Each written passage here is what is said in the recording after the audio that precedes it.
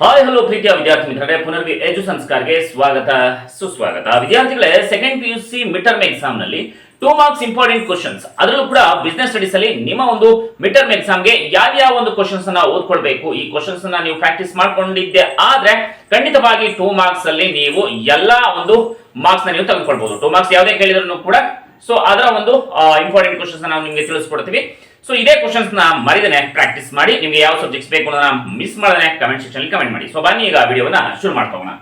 ವಿದ್ಯಾರ್ಥಿಗಳೇ, ನೀವು ಇಲ್ಲಿ ನೋಡ್ತಾ ಇರಬಹುದು second PUC business studies 2 marks fixed questions ನಾನು ನಿಮಗೆ ತಿಳಿಸ್ಕೊಡ್ತಾ ಹೋಗ್ತಾ ಇರ್ತೀನಿ. ಹಾಗಾದ್ರೆ ಯಾವ ಒಂದು ಕ್ವಶನ್ಸ್ ಗಳನ್ನ ನೀವು ಓದಬೇಕು ಅನ್ನೋದು ತುಂಬಾನೇ ಇಂಪಾರ್ಟೆಂಟ್ ಆಗುತ್ತೆ. ಈಗ ಮೊದಲನೇ ಪ್ರಶ್ನೆ ನೋಡ್ತಾ ಇದ್ರೆ ಇಲ್ಲಿ ಡಿಫೈನ್ ಮ್ಯಾನೇಜ್ಮೆಂಟ್. ಓಕೆ, ಸೊ ಈ ಒಂದು ಕ್ವಶನ್ ನೀವು ಪ್ರಾಕ್ಟೀಸ್ ಮಾಡ್ಕೊಳ್ಳಿ. Second question, state any 2 organisational objectives of management. So ಈ ಒಂದು ಕ್ವಶನ್ ನೀವು ನೋಡ್ಕೊಳ್ಬೇಕಾಗುತ್ತೆ. ಸೊ ಅದೇ ರೀತಿಯಾಗಿ third question, define coordination. So ಈ ಒಂದು ಕ್ವಶನ್ ನೀವು ನೋಡ್ಕೊಳ್ಳಿ, ಮೇ ಬಿ ಕಾಣಿಸ್ತಾ ಇದೆ ಅಲ್ವಾ ನಿಮಗೆ. ಹಾಗೆ next fourth question, justify the importance of coordination by any 2 factors. ಈ ಒಂದು ಪ್ರಶ್ನೆಯನ್ನು ಕೂಡ ನೀವು ನೋಡ್ಕೊಳ್ಬೇಕಾಗುತ್ತೆ. ಸೊ ಅದೇ ರೀತಿಯಾಗಿ ಫಿಫ್ತ್ ಕ್ವಶನ್ ನೋಡೋಣ. Give the meaning of mental revolution as propounded by Taylor. So ಈ ಒಂದು ಕ್ವಶನ್ ನೀವು ನೋಡ್ಕೊಳ್ಬೇಕಾಗುತ್ತೆ. ಸೊ ಅದೇ ರೀತಿಯಾಗಿ ಸಿಕ್ಸ್ ಕ್ವಶನ್ ನೋಡೋಣ ವಿದ್ಯಾರ್ಥಿಗಳೇ. What is discipline according to Fayol. So ಈ ಒಂದು ಕ್ವಶನ್ ನೀವು ನೋಡ್ಕೊಳ್ಳಿ. ಇನ್ನು ಸೆವೆಂತ್ ಕ್ವಶನ್ ನೋಡೋಣ. State any 2 differences between unity of command and unity of direction. ಹಾಗೆ ಮುಂದಿನ ಪ್ರಶ್ನೆಯನ್ನು ನೋಡೋಣ. Eighth question, what is scalar chain. So ಈ ಕ್ವಶನ್ ಕೂಡ ನೀವು ನೋಡ್ಕೊಳ್ಬೇಕಾಗುತ್ತೆ. ಇನ್ನು ಅದೇ ರೀತಿಯಾಗಿ ನೈನ್ತ್ ಕ್ವಶನ್ ನ ನೋಡ್ತಾ ಹೋಗೋಣ. Ninth question, what is gang Planck. 10th question, give the meaning of globalization. ಅದೇ ರೀತಿಯಾಗಿ 11th question, what is privatization. What is privatization ಕೂಡ ನೀವು ನೋಡ್ಕೊಳ್ಬೇಕಾಗುತ್ತೆ. ಇನ್ನು ನೆಕ್ಸ್ಟ್ ಕ್ವೆಶ್ಚನ್ ನೋಡೋಣ. State any 2 features of penning. So ಈ ಒಂದು ಕ್ವೆಶ್ಚನ್ ಕೂಡ ನೀವು ನೋಡ್ಕೊಳ್ಬೇಕಾಗುತ್ತೆ. ಇನ್ನು ನೆಕ್ಸ್ಟ್ 13th question ನೋಡೋಣ. Give the meaning of planning premises. So ಈ ಕ್ವಶನ್ ಕೂಡ ನೀವು ನೋಡ್ಕೊಳ್ಳಿ. ಇನ್ನು 14th ಕ್ವಶನ್ ನೋಡೋಣ. What do you mean by objectives. So ಈ ಒಂದು ಕ್ವಶನ್ ಕೂಡ ನೀವು ನೋಡ್ಕೊಳ್ಬೇಕಾಗುತ್ತೆ ವಿದ್ಯಾರ್ಥಿಗಳೇ. ಇದಿಷ್ಟು 2 ಮಾರ್ಕ್ಸ್ ಕ್ವಶನ್ಸ್ ಹೇಳ್ತಾ ಇರುವಂತದ್ದು. ಇದಕ್ಕೆ ನಿಮ್ಗೆ ಏನಾದರೂ ಕೂಡ ಆನ್ಸರ್ಸ್ ಬೇಕು ಅಂದ್ರೆ ಕಮೆಂಟ್ ಸೆಕ್ಷನ್ ಅಲ್ಲಿ ಮರಿದೇನೆ ಕಮೆಂಟ್ ಮಾಡಿ. ಜೊತೆಗೆ ನಿಮ್ಗೆ ಯಾವ ಒಂದು ಸಬ್ಜೆಕ್ಟ್ಸ್ ಬೇಕು ಅನ್ನೋದನ್ನ ಕಮೆಂಟ್ ಮಾಡಿ. ಹಾಗೇನೆ ಶೇರ್ ಮಾಡೋದನ್ನ ಮರಿಬೇಡಿ. 15th ಕ್ವಶನ್ ನೋಡೋಣ. What is A strategy. Okay. 16th question, what is A policy. Next question, what is procedure. Next question, give the meaning of program. Next question ನೋಡೋಣ. 19th question, define organizing. ಹಾಗೆ next ಮುಂದಿನ ಒಂದು ಪ್ರಶ್ನೆಯನ್ನು ನೋಡೋಣ. 20th question, give the meaning of organizing. Next question, write any 2 differences between functional and divisional structure. So ಈ ಒಂದು question ನೀವು ನೋಡ್ಕೊಳ್ಳಿ. ಇನ್ನು ನೆಕ್ಸ್ಟ್ ಕ್ವಶನ್ ನೋಡೋದಾದ್ರೆ 22nd question, give the meaning of formal organization.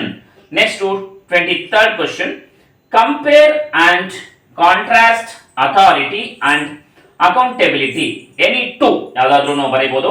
ಇಲ್ಲ ಅಂತಂದ್ರೆ ಅಥವಾ ಬೇರೆ ಇನ್ನೇ ಯಾವ ತರ ಕೇಳಬಹುದು ಅಂದ್ರೆ comparison or difference between authority and accountability. So ಈ ರೀತಿಯಾಗಿ ನಿಮಗೆ ಕೇಳ್ತಾರೆ. ಇನ್ನು 24th question ಅನ್ನು ನೋಡೋಣ.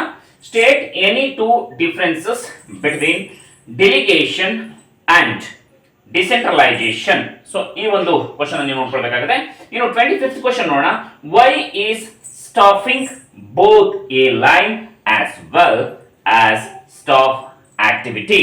ಸೊ ಈ ಒಂದು ಕ್ವಶನ್ ಅನ್ನು ನೀವು ನೋಡ್ಕೊಳ್ಬೇಕಾಗುತ್ತೆ. ಇನ್ನು 26th ಕ್ವಶನ್ ನೋಡೋದಾದ್ರೆ, write any 2 factors which influence the way of recruitment, selection and training of employees in any organization.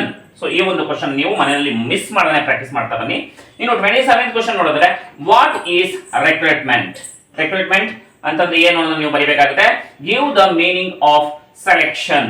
ಹಾಗೇನೆ next question, what is placement? ಈ ಕ್ವಶನ್ ನೋಡ್ಕೊಳ್ಳಿ.